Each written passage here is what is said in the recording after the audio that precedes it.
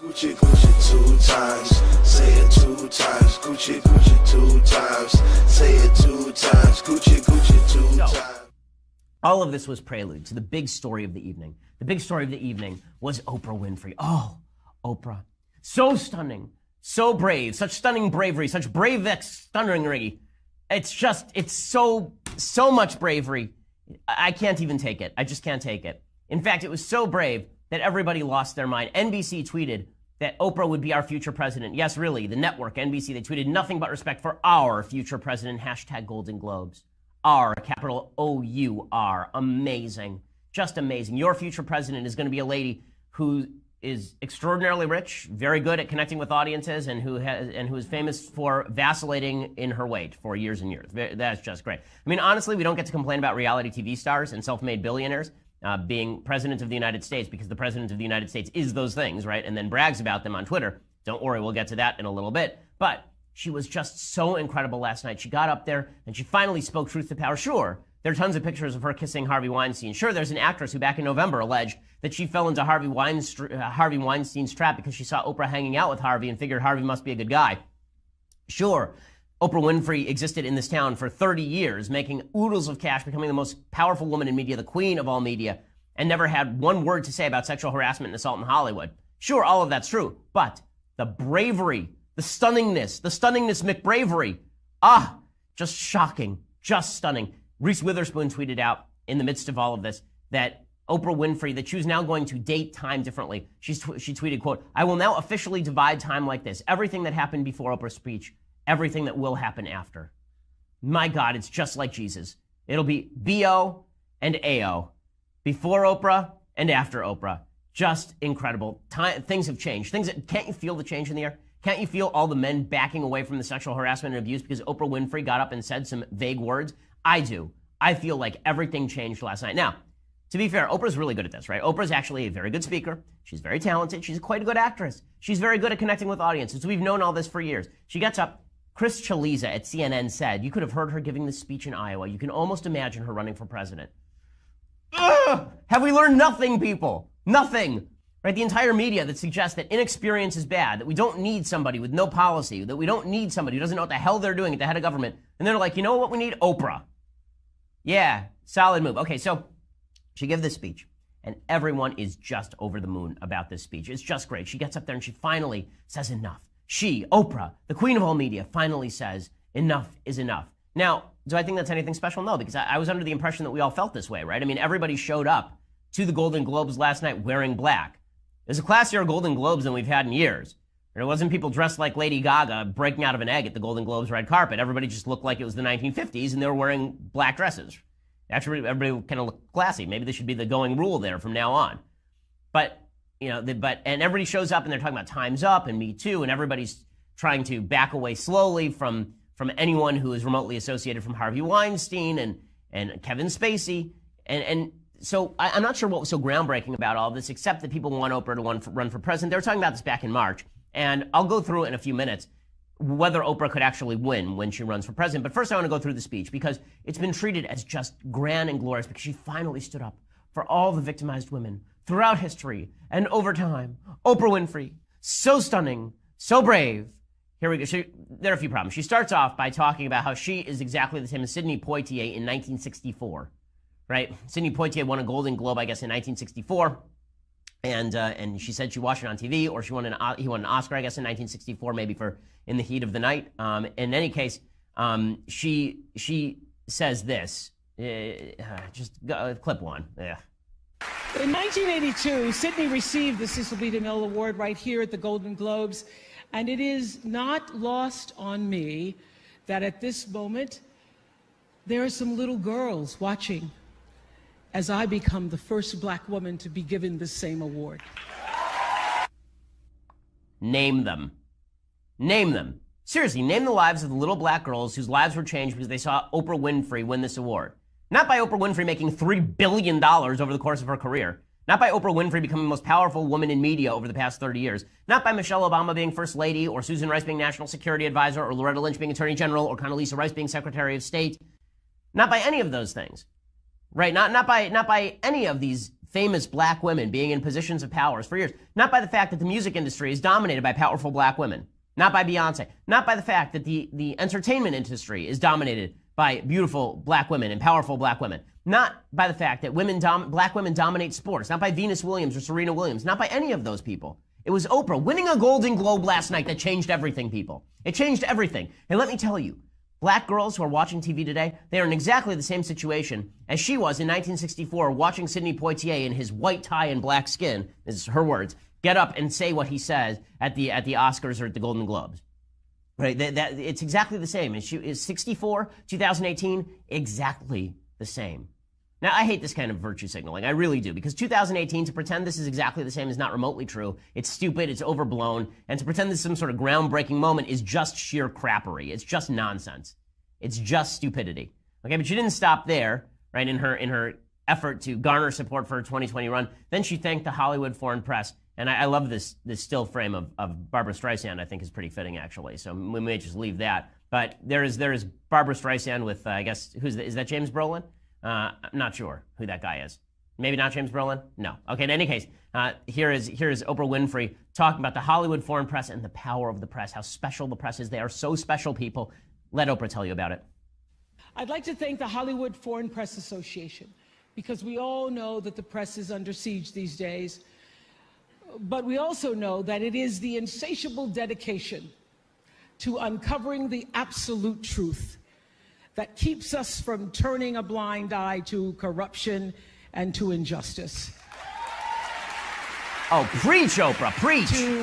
To tyrants and victims and secrets and lies. I want to say that I value the press more than ever before as we try to navigate these complicated times. Yes. Just yes. I mean, and the people nodding, and the people cheering, yes, the press, oh! Okay, let me explain to you something about the Hollywood Foreign Press Association. The Hollywood Foreign Press Association is 90 international reporters. You know what they do all day? They report on Hollywood. This is what they do. This is what the Hollywood Foreign Press Association is. You know what might have been a good story about Hollywood? You know, for like the past 80 years? Any time in here? You know what would have been a good story for them to report on? The rampant sexual abuse and harassment that took place in Hollywood for decades by the most powerful men in the business. That might have been a good thing. Did they speak truth to power? Did they uncover the secrets and the lies and the victims and the tyrants? Did they do that? She wants to thank the Hollywood Foreign Press for speaking up for truth. Good job, guys. You're just brilliant. You're just fantastic. Wonderful job. I am so impressed. Legitimately, the only members of the press who did anything about the rampant Hollywood abuse were people like Ronan Farrow, right? People over at the New Yorker did some great work on this. But the Hollywood Foreign Press Association did nothing, right? I mean, the idea that they're being feted as some sort of great truth tellers in a world of lies is just ridiculous. Also, I will acknowledge that the entire left focus on the power of the media and the power of the press, aside from when they can rip on the Catholic Church, like they praise the press for going after the Catholic Church for its sex abuse scandals, I don't remember them being quite so over the moon about the power and necessary wonder of the press during the Obama administration. Now we get movies like The Post, which I gotta say, I have no desire to see this movie because if the trailer is that tendentious and obnoxious, I cannot imagine that the movie is going to be any better than that. I mean, it is the most obnoxious trailer in human history. Meryl Streep, oh, you just watch me as I take on all the brutal men in the government. And Tom Hanks rubbing her shoulders while she does so. It just looks like a terrible movie. I'll have to watch it and tell you how terrible, because now I've committed myself. In any case, that wasn't the end of Oprah Winfrey and her glorious, grand, bravery-ridden speech. Here she talks about speaking your truth. My least favorite phrase in all of human history, speaking your truth. Here we go. What I know for sure is that speaking your truth is the most powerful tool we all have. And I'm especially proud and inspired by all the women who have felt strong enough and empowered enough to speak up and share Not a shot of Meryl stories. Streep. So I want tonight to express gratitude to all the women who have endured years of abuse and assault because they, like my mother, had children to feed and bills to pay and dreams to pursue. Okay, Oprah's great at this, and I'm sure she's really emotional about this. You know, let's put it this way. Because I'm not Captain Emotion, I always get suspicious of emotion on cue. But I'm sure she's really emotional about this. She had a really rough childhood, did Oprah Winfrey. I'm sure that her mother endured a lot of stuff. All that said, that phrase, speaking your truth, is so obnoxious. And then to say, speak your truth and have a shot of Meryl Streep. Meryl Streep, like Harvey Weinstein is a god, Meryl Streep. That's how the press treat this. Okay, there's no such thing as your truth. I've said this 1,000 times. There's no such thing as your truth. There is the truth and your opinion. And when you say speaking your truth, that requires evidence. Okay, evidence would be a good thing. Now, I believe women who make these allegations as a general rule. I do, but I have to weigh the evidence. I have to weigh how credible the women are. I have to weigh whether there are repeat accusations. I have to review the nature of the man. I actually have to look at the evidence on all of these accusations. But this phrase, speaking your truth, needs to die, and needs to die slowly and horribly in the torture chamber used in The Princess Bride for Wesley.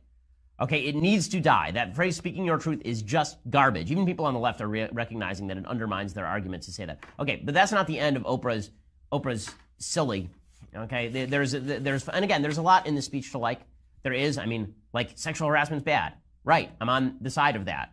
If I've not been clear about that, I've been saying this 4 months, okay, and 4 years, and for decades, like literally my entire career. But I'm going to get to what I think was the worst injustice that she did last night, Oprah Winfrey, in this speech, in just a second. First, I want to say thank you to our sponsors over at Stamps.com. So here is a New Year's resolution you can actually keep. Add Stamps.com to your business and save a ton of time and money this year. So here at the office, we use concluding Oprah Winfrey's masterful, stunningly McBrave speech. I'm just going to keep using those words over and over because that's what the media does. If I read you the headlines on Oprah, now I'm going to be forced to read you the headlines on Oprah. Okay, I'm just going, like right now, in real time, to Google News.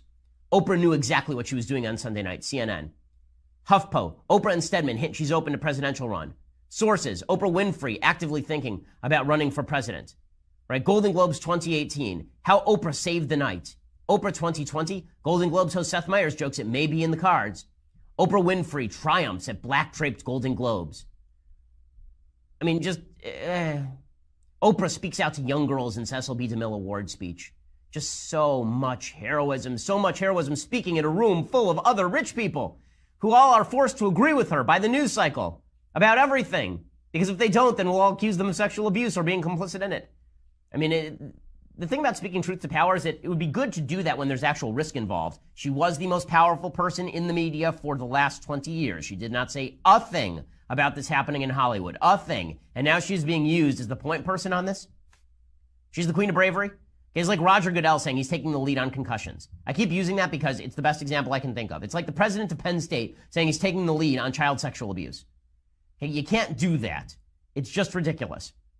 It's hypocritical and ridiculous. And again, I agree with everything she's saying. I agree. But where was she 6 months ago?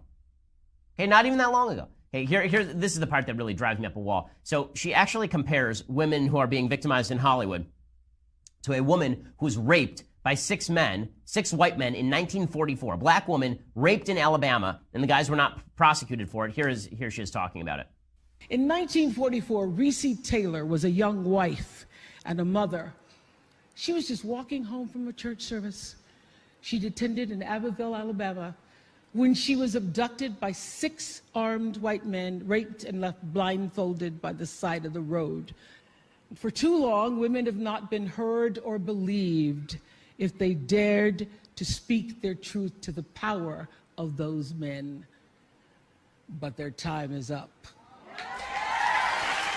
Their time is up. And I just hope, because she says so. I just hope that Reese Taylor died knowing that her truth, like the truth of so many other women who were tormented in those years, and even now tormented, goes marching on. It was somewhere in Rosa Parks' heart almost 11 years later when she made the decision to stay seated on that bus in Montgomery. And it's here with every woman who chooses to say, "Me too." And every man who chooses to listen. Oh, so much emotional. Lecture us, Hollywood. Lecture us on this. Right? Lecture us. Because it's not like you are the scandal. Why? Yeah, you lecture me, Oprah. Yeah, you lecture me. I wasn't the one who was whining and dining with, Harvey Weinstein 5 seconds ago. The hypocrisy of it just drives me up a wall. Listen, I'm glad that Hollywood is finally owning up to the issue. Do I think there's going to be any material change in Hollywood, by the way? No, I think this is all going to die down in 6 months and things will go back right to what they were before because no one's naming names. Does Oprah have a Rolodex? She knows all these guys. She got anything to say about any of them? A name? One? How about that? And the part that drives me up a wall here is the implication that America in 1944 is the same as America in 2018 with regard to allegations of rape, particularly cross-racial rape. If a group of white men raped a black woman, not only would it be front page story across the nation, the president would sound off, every person in America would be calling for those guys to be strung up. How do I know? Because it was a national scandal when Al Sharpton claimed that Tawana Brawley falsely was raped by a bunch of white men. It was a national scandal when the Duke lacrosse guys were falsely accused to have raped Crystal Mangum, who was a black stripper in Duke. And when that actually happened, we want those guys to go away forever. To pretend that society now and society then are in any way similar, and she said, and that the Me Too movement is what changed that. Guess what? The Me Too movement didn't change that. Everyone was against rape, and everyone is still against rape. We were against rape. We are against rape. We will be against rape for my entire lifetime. And this pretend nonsense that 1944 is the same as now, or that it requires the same kind of bravery. No one should compare Reese Taylor to Oprah Winfrey.